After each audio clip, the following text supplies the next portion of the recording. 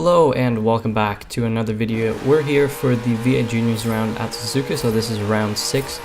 And I'm not going to bother you with too much of race 1 except for the start here to show you that it's actually possible for me to get a clean start in one of these races. Qualified P6, not too bad in qualifying into turn 1, giving Blazer a bit of a bump towards, capitalizes on that, has a look around the outside there, but look at this. I have been shunted, I have been punted, I'm still on track, going in the right direction. And you know, at this point everything is going pretty okay, but you're gonna see it's gonna go really badly. And this is the first incident. Get a slide on, and then can't turn. I just couldn't turn. The wheels were just spinning continuously. I end up on it's not grass, it's not gravel, it's super glue. So yeah, I was tilting it because of that, because that's just retarded.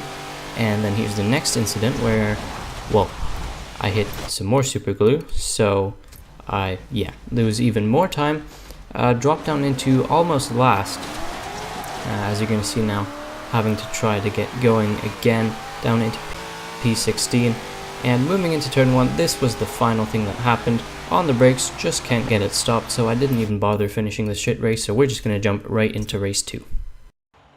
Right, so with me DNFing in race 1, I'd start last in race 2, so here's the Johnson challenge again. You know, we haven't had one of those for quite a while, so it's going to be good fun.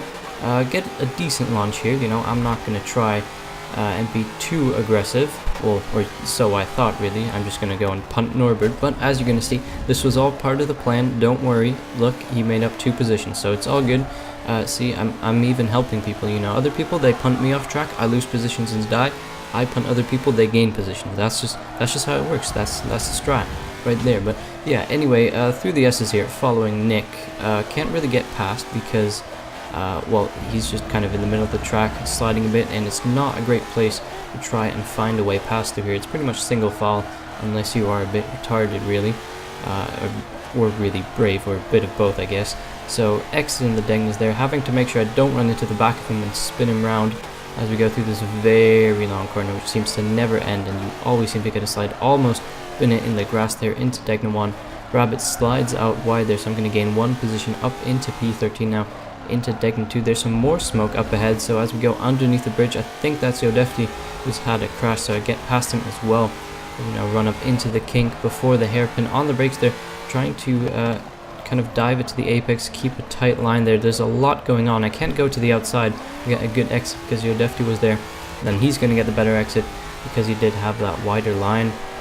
And then through this even longer corner than before, which leads into Spoon, there's going to be some contact up ahead between JMJ and Nick, and they're going to take each other out. Norbert is off the track as well. Yodefti got past in all of that, so I'm also going to profit quite a lot from this as well and get up into P10 here on lap 1. So not a terrible start.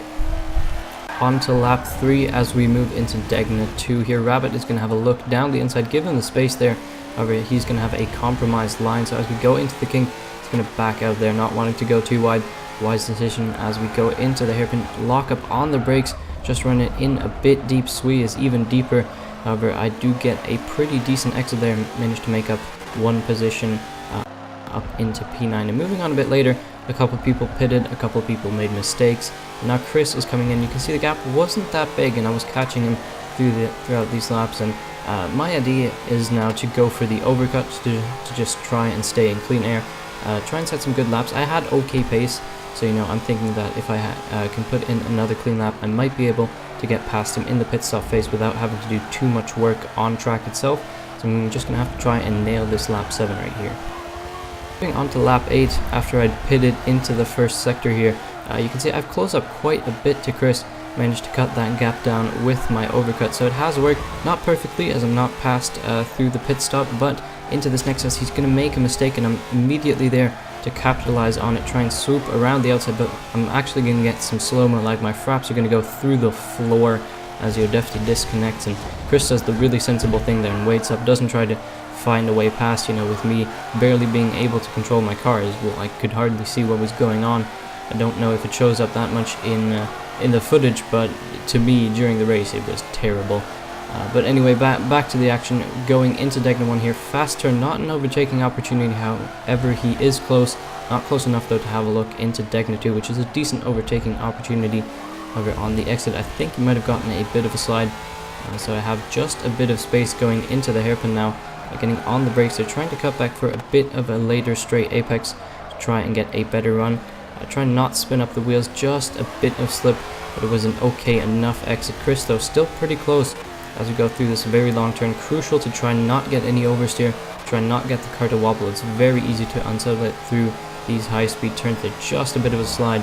And as we go into Spoon on the brakes, going to try and keep it in the middle here, as both the inside and outside lines are possible overtaking opportunities. He's going to have a look. I'm just going to try and edge him out there, try and discourage him from going up the inside. And now on the exit, he's going to run a bit wide. So this is my cue to try and run away, to try and build up a gap and capitalize on his mistake again, to try and secure P6 for myself.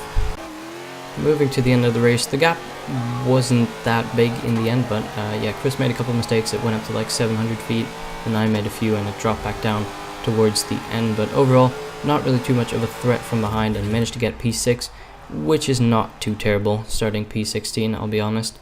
I don't think I could have gotten that much further up the grid from where I was, but yeah, pretty poor round for myself. Yemi just pulled out the backpack and did a hard carry. He won both races. Absolutely incredible driving. But yeah, luckily for me, next week is the last round, so I'll try and close that off with a bang. But yeah, I think that's going to be it for this video. Thank you guys very much for watching, and I'll catch you guys next time.